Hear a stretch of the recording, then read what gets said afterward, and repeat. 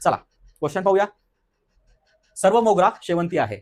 All A R B आठवा, all बी R C बरोबर आहे. दोन्ही पण ऑलचे रिझल्ट आहेत. दोन पद्धतीने सोडवता येतं, AIO पॅटर्न किंवा मग दुसरा कुठला पॅटर्न असतो वेन डायग्राम. वेन डायग्रामनी सोडवायचं. वेन डायग्राम मध्ये पण सोडवताना बरोबर आहे मिनिमम इंटरसेक्शन डायग्राम काढायची असते. कुठली डायग्राम? मिनिमम इंटरसेक्शन डायग्राम काढायची असते.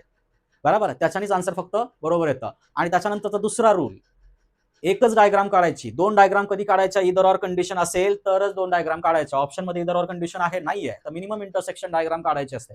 मिनिमम इंटरसेक्शन डायग्राम कशी येईल? सर्व मोगरा शेवंती आहेत. सर्व मोगरा काय आहेत? शेवंती आहेत. बरोबर आहे. सर्व शेवंती काय आहेत? फुले आहेत. सर्व शेवंती काय आहेत? फुले आहेत. बरोबर आहे. सर्व शेवंती काय आहेत? फुले आहेत. आता विधानांकडे पाहायचं नाही. आता कोणाकडे पाहिजे? निष्कर्षाकडे, कन्क्लुजनकडे पाहायचं. डायग्रामकडे पाहायचं आणि कन्क्लुजन बरोबर आहेत का नाही चेक करायचे. हा रूल असतो कशाचा?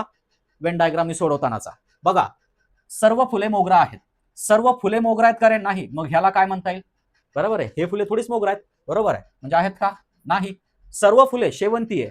सर्व फुले शेवंती आहेत का? नाही. पुन्हा हाच प्रश्न, हा टाईपच्या इथल्या फुलांना काय म्हणता येईल? शेवंती म्हणता येईल का? शेवंती सोडून बाकीचे फुलं आहेत ते. बरोबर आहे. मग दोन्ही पण कन्क्लुजन काय आहेत? चुकीचे आहेत. दोन्ही पण कन्क्लुजन काय आहेत? चुकीचे आहेत. बरोबर आहे. आन्सर काय येईल? चुकीचं आहे.